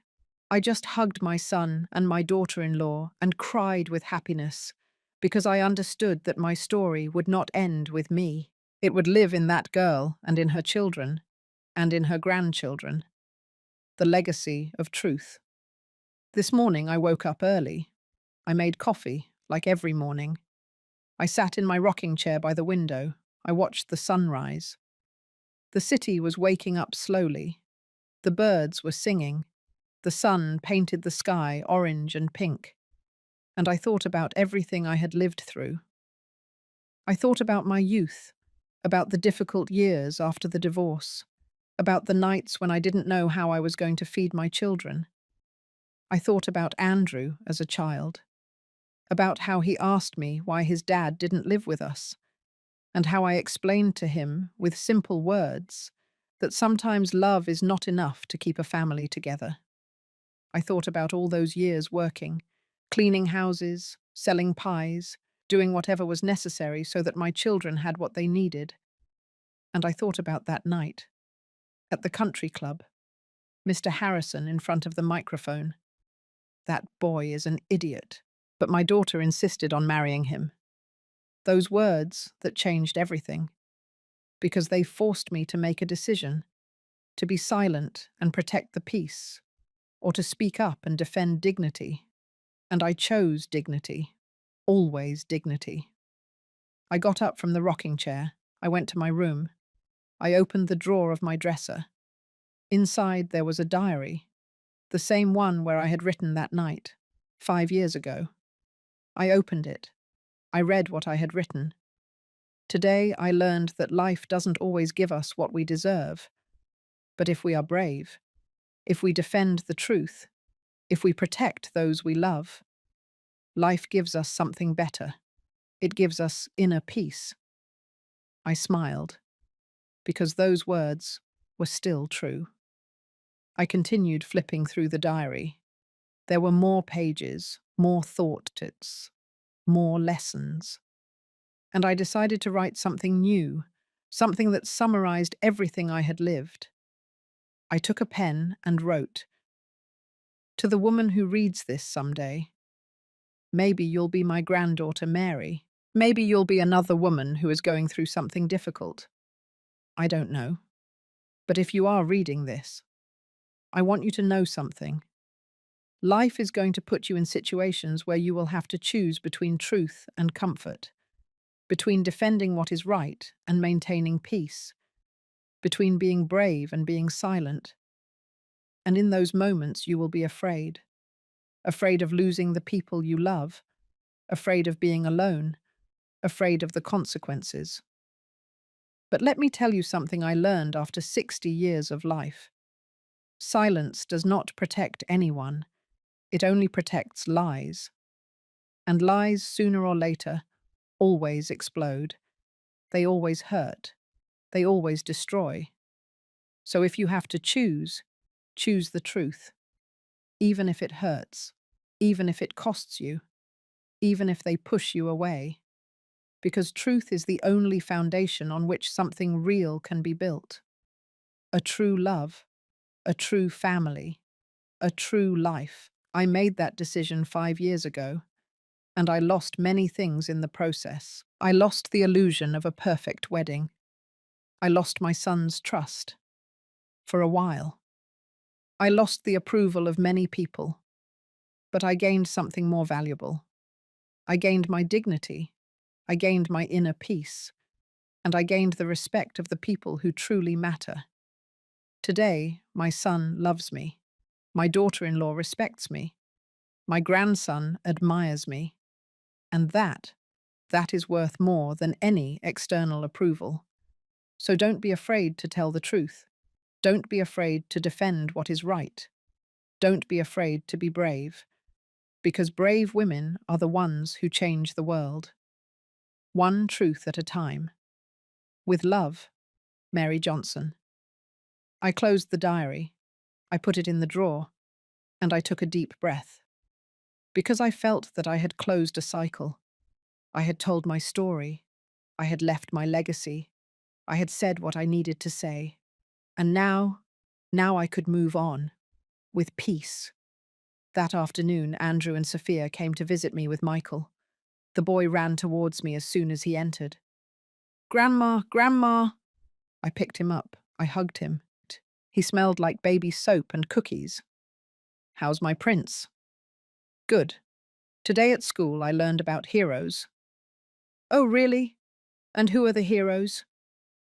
"The teacher said that heroes are people who do difficult things to help others." "Very true." Michael looked at me with those big, curious eyes. "Grandma, are you a hero?" I was speechless. Andrew smiled. Sophia, too. "Why do you ask that, my love?" "Because my mommy told me that you did something very difficult, that you told the truth when no one else wanted to, and that saved us." My eyes filled with tears. "I'm not a hero, Michael. I'm just a grandma who loves her family very much." "But heroes are like that too. They love their family and they protect it." I hugged him tight. "Then yes, my love, I am a hero. Your hero." Michael laughed, and he gave me a kiss on the cheek. And in that moment I felt that everything had been worth it. Every tear, every fear, every sleepless night. Everything. Because I had protected my family, and that was the only thing that mattered. After eating, Sophia asked to speak to me alone. We went out to the garden. There were bougainvilleas blooming. The air smelled of wet earth and flowers. "Mrs. Johnson, there is something I want to tell you." "Tell me, dear." "I went to visit my dad's grave." "How was it?" "Good. I took flowers. I sat there for a while. And I talked to him." "What did you tell him?" Sophia took a deep breath. "I told him I forgave him." I remained silent, waiting. I said, "Dad, for a long time I hated you. I blamed you. I wished you had never existed. But today I understand something. You were human too. You also carried wounds. You were also afraid. And you made bad choices. Choices that hurt a lot of people. But holding a grudge against you only hurts me. So today I forgive you. Not because you deserve it, but because I deserve peace." Her voice broke. "And you know what, Mrs. Johnson?"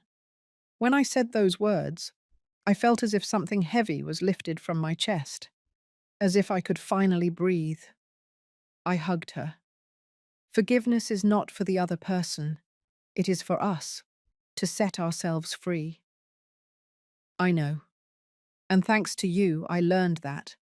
Because you taught me that defending the truth does not mean living with a grudge. It means living with dignity. Exactly, dear. Exactly. We stayed there, hugging, under the bougainvilleas. Two women, two generations, two intertwined stories. And I understood that my legacy was not just the truth. It was also forgiveness. Justice without revenge. Balance without hatred. That night, After everyone left, I sat in the living room with a cup of tea. I turned on the television. There was a program about women who had changed their communities. One of the interviewees was Martha Miller, the woman who had lost her savings because of Mr. Harrison. I recognized her immediately. The interviewer asked her, "How did you manage to get ahead after losing everything?" Martha smiled. "There was a woman who inspired me. Her name is Mary Johnson. She had the courage to tell the truth when everyone expected silence. And that taught me that it's never too late to defend what is right." "And what did you do?" "I confronted my situation. I sued. I fought. And I recovered some of my money. With that, I bought a small piece of land. My husband and I built our house with our own hands. And now we live in peace, because it is a house built on truth, not on lies." The interviewer nodded. "What would you say to other women who are going through something difficult?" Martha looked directly at the camera. "I would tell them not to be afraid to tell the truth, not to be afraid to defend what is right, because silence does not protect us. It only protects lies. And we deserve to live in truth." I turned off the television, and I cried. But this time they were not tears of sadness. They were tears of joy. Because I understood that what I had done had inspired other women, other mothers, other grandmothers, other daughters, to raise their voices, to defend the truth, to live with dignity. And that was a legacy. Today, as I write this, I am 60 years old, but I feel younger than ever, because I finally understand the meaning of my life. I did not come to this world to be rich. I did not come to be famous. I did not come to be perfect. I came to be brave, to tell the truth when everyone was silent, to defend those I loved when no one else would, to teach my family that dignity is worth more than any approval. And I think I succeeded, because when I look at my son, I see an honest man, hard-working, a man of integrity. When I look at my daughter-in-law, I see a strong woman, wise, compassionate. And when I look at my grandson, I see hope, I see future, I see light. That is what I leave behind. Not money, not property, not fame. I leave values, I leave truth, I leave love. And that is more valuable than any fortune. Last week, Michael asked me something. "Grandma, when you're really, really old, are you going to die?" "Yes, my love, someday." "And then I won't see you anymore?" "Not with your eyes, but with your heart." "How?" I knelt in front of him. I looked him in the eyes. "Every time you tell the truth, I will be there." "Really?" "Yes. Every time you defend someone you love, I will be there. Every time you are brave, I will be there." "And how will I know you are there?" "Because you will feel a warmth in your chest, a peace, and you will know that I am with you." Michael smiled. "Then you'll never leave." "Never, my love. Never." I hugged him, and I knew it was true, because legacies don't die, they just transform. Tonight, as I look at the stars from my window, I think about everything I have lived, and I wonder, what would I tell the women who read my story? I would tell them this: don't be afraid to be brave. Don't be afraid to tell the truth. Don't be afraid to defend what is right, even if everyone tells you you're crazy. Because the world needs more brave women. Women who stand up when everyone expects silence. Women who say, "Enough," when everyone says, "Endure it." Women who choose dignity over comfort. Because those women change the world. One truth at a time, one family at a time, one generation at a time.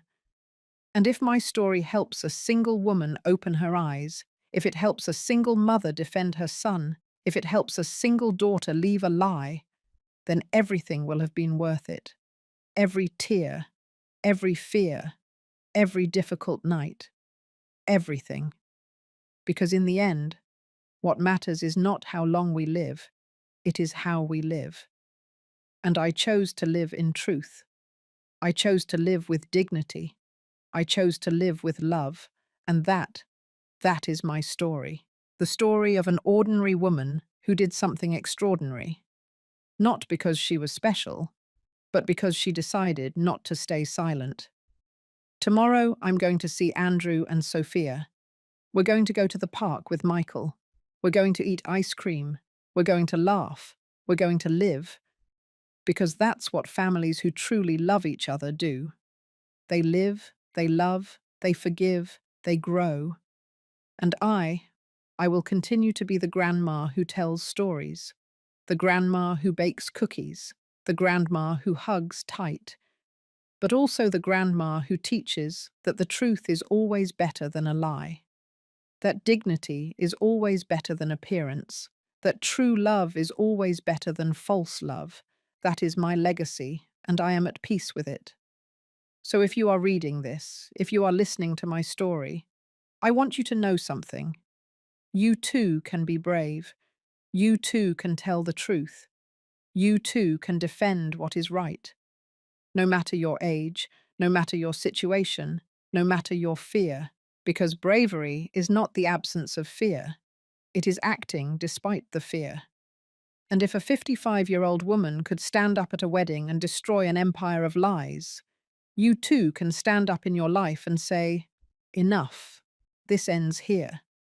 Because you deserve to live in truth. You deserve to live in peace. You deserve to live with dignity.